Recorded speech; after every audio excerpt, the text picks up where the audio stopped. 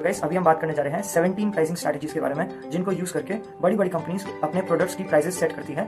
और आप भी कैसे इन प्राइसिंग स्ट्रैटेजीज के बारे में जान के और नॉलेजेबल बन सकते हो और अपने बिजनेसेस में अपने प्रोडक्ट्स की प्राइस सेट कर सकते हो। सो फर्स्ट प्राइसिंग स्ट्रैटेजीज है कॉस्ट प्लस प्राइसिंग। तो इसमें क्या होता है कि जितने भी आपके रॉ मटेरियल्स लगे हैं उस प्रोडक्ट को बनाने के लिए, उन रॉ मटेरियल्स की कॉस्ट को आप ऐड कर देते हो और एक फिक्स्ड प्रॉफिट मार्जिन आप उसमें ऐड करते हो और उससे आप प्राइसिंग ऑफ द प्रोडक्ट निकाल देते हो। तो ये यूज होता है बेसिकली बेकरीज में यूज हो जाता है। वहाँ सारे केक बनाने के लिए जितनी भी कॉस्ट लगी है सारे रॉ मटेरियल्स की वो ऐड कर देते हैं और उसके ऊपर 20% या 30% जो भी उनका प्रॉफिट मार्जिन उन्हें चार्ज करना होता है वो उसको ऐड करके अपना प्राइस सेट कर लेते हैं। सेकंड प्राइसिंग स्ट्रैटेजी है कॉम्पिटिटिव प्राइसिंग स्ट्रैटेजी, जहाँ पे बेसिकली जो कंपनीज है अपने कॉम्पिटिटर्स क्या चार्ज कर रहे हैं उसके बेसिस पे अपनी प्राइसिंग स्ट्रैटेजी डिसाइड करती है। और बेसिकली उससे थोड़ा सा कम हो गया या फिर अगर हम थोड़े से उससे प्रीमियम बनना चाहते हैं तो थोड़ा सा ज़्यादा कर लिया, तो ऐसे हम अपने प्राइसिंग स्ट्रैटेजी सेट करते हैं। ये बेसिकली देखा गया है कोका कोला कंपनीज में, जैसे पेप्सी और कोका कोला अपने प्राइसेस को आसपास रखते हैं, थोड़ा सा कम थोड़ा सा ज़्यादा, इस टाइप से चलता है उनका, ताकि वो कॉम्पिटिटर से कम्पीट कर पाए।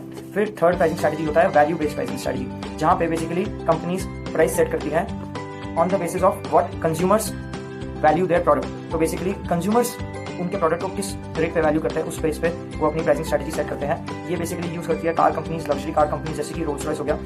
उनकी कार्स को कंज्यूमर्स जो है वो बहुत हाईली देखते हैं, मतलब उनके लिए वो एक लग्जरी है, इसलिए वो अपने प्राइसेस को हाईएस्ट सेट करते हैं ताकि उनकी जो वैल्यू है मार्केट में और बेसिकली उनका जो मान सम्मान है मार्केट में वो बना रहे। So basically fourth pricing strategy हो गया प्राइस स्कीमिंग। तो प्राइस स्कीमिंग स्ट्रैटेजी यूज करती है वो कंपनी जैसे कि स्टार्टअप्स। वो क्या करते हैं, जब अपना नया प्रोडक्ट लॉन्च करते हैं तो वो अपने प्रोडक्ट को थोड़ा सा एक्स्ट्रा प्राइस पे लॉन्च करते हैं, ज़्यादा प्राइस पे लॉन्च करते हैं, ताकि स्टार्टिंग में नए यूजर्स से वो ज़्यादा से ज़्यादा प्रॉफिट कमा सके। तो क्योंकि बाद में जब ज़्यादा लोगों के पास वो प्रोडक्ट आ जाएगा तब तो उन्हें ऑटोमेटिकली वो प्राइस अपना कम करना पड़ेगा। तो इसलिए वो कोशिश करते हैं कि शुरुआत में ही वो सबसे ज़्यादा प्रॉफिट कमाए।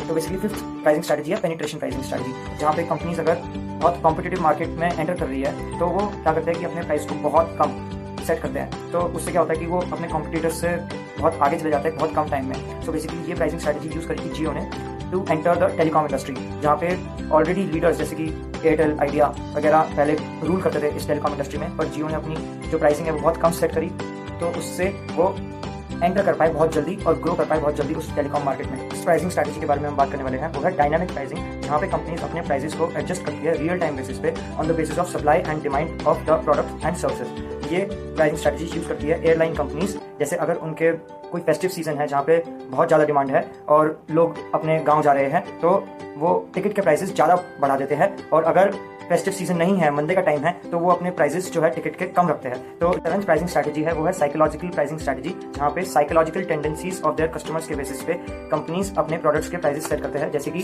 ताकि उनको बुरा ना लगे बेसिकली। तो जैसे कि 50 रुपीज़ ना रख के 49 रुपीज़ रख दिया, या 100 रुपीज़ ना रख के 97 रुपीज़ रख दिया, ताकि उनको लगे कि प्राइसेस जो है वो कम ही है, बड़े नहीं है। So basically eight pricing strategy है बंडल प्राइसिंग स्ट्रैटेजी, जहाँ पे कंपनीज ये फोकस करती है कि अगर कोई कस्टमर उनसे एक प्रोडक्ट लेने आया है तो उनको 2 प्रोडक्ट बेचा जाए। सो बेसिकली ये प्राइसिंग स्ट्रैटेजी यूज करती है मैकडॉनल्ड्स और बर्गर किंग, जैसे कि हम बर्गर खाने जाते हैं पर हमें मील का लालच दिया जाता है क्योंकि हमें उसमें ज़्यादा आइटम्स मिल रही है और कलेक्टिव वैल्यू जो है उसमें कम प्राइस में वो मील मिल रही है हमें, और बेसिकली हम बर्गर खाने जाते हैं तो बर्गर के साथ कोक और फ्राइज भी मिल जाते हैं। तो बेसिकली उसके साथ 9th प्राइसिंग स्ट्रैटेजी है प्रीमियम प्राइसिंग स्ट्रैटेजी, जहाँ पे कंपनीज ये दिखाने की कोशिश करती है कि उनके प्रोडक्ट्स जो है वो हाई क्वालिटी के है और एक्सक्लूसिव प्रोडक्ट्स है, ये परसेप्शन बनाने की कोशिश करती है। सो बेसिकली ये प्राइसिंग स्ट्रैटेजी यूज करते हैं लग्जरी ब्रांड्स, जैसे कि जो वॉचेस सेल करते हैं और जो लग्जरी क्लोथ्स सेल करते हैं, जैसे कि लुई विटॉन। प्राइसिंग स्ट्रैटेजी है डिस्काउंट प्राइसिंग स्ट्रैटेजी, जहाँ पे कंपनीज टेम्पररी बेसिस पे सेल्स को स्टिमुलेट करने के लिए, सेल्स को बढ़ाने के लिए प्राइसेस को कम कर देती है। सो बेसिकली रिटेल स्टोर्स में वो लिमिटेड टाइम डिस्काउंट ऑफर्स ऐसा कुछ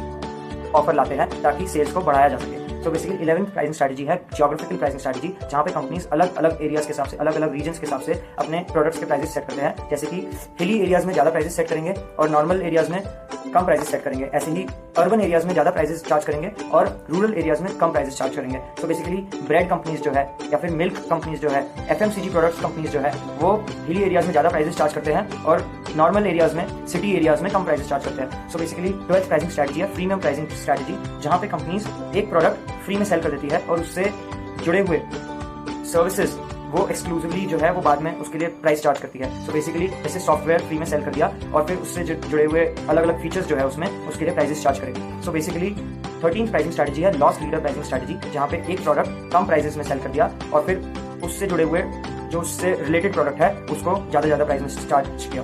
सो बेसिकली ये प्राइसिंग स्ट्रैटेजी यूज करती है जैसे कि फिलिप्स कंपनी, जहाँ पे वो अपना ट्रिमर जो है वो हो सकता है उतने ज़्यादा प्राइस में सेल ना करे, कम प्राइस में सेल करता है, पर उससे रिलेटेड जो वो ब्लेड होता है वो उसके लिए वो बहुत ज़्यादा चार्ज करते हैं। So basically 14th pricing strategy है सब्सक्रिप्शन प्राइसिंग स्ट्रैटेजी, जहाँ पे रिकरिंग फीस चार्ज करी जाती है कस्टमर्स से, और ये प्राइसिंग स्ट्रैटेजी यूज करती है जैसे ऑनलाइन कंपनीज जैसे कि नेटफ्लिक्स हो गया, Amazon प्राइम वीडियो हो गया, तो वो सब इस प्राइसिंग स्ट्रैटेजीज को यूज करते हैं। 3th प्राइसिंग स्ट्रैटेजी जो है वो है कस्टमरी प्राइसिंग स्ट्रैटेजी, जहाँ पे ट्रेडिशनल और एक्सपेक्टेड प्राइस चार्ज किया जाता है जो कस्टमर्स बेसिकली आदी बन चुके हैं पे करते करते। सो बेसिकली जैसे कि टॉफी हो गया, वो हम 1 रुपए की खरीदते हैं, 2 रुपए की खरीदते हैं, या फिर चॉकलेट्स हो गए वो 10 रुपीज़ की हमेशा मिल ही जाते हैं। सो ऐसे कस्टमरी प्राइसिंग स्ट्रैटेजी हो गया। उसके बाद आता है follow the leader pricing strategy, जहाँ पे मार्केट का जो गुंडा होता है बेसिकली जो डोमिनेंट प्लेयर होता है उसको देख के सारे फर्म्स सारी कंपनीज अपना प्राइस डिसाइड करती है। सो ये प्राइसिंग स्ट्रैटेजी यूज होती है रिटेल स्टोर्स में, जहाँ पे होलसेल रिटेल स्टोर्स में या फिर क्लोथिंग स्टोर्स में या फिर गैस और ऑयल सेक्टर में, जहाँ पे लेट्स से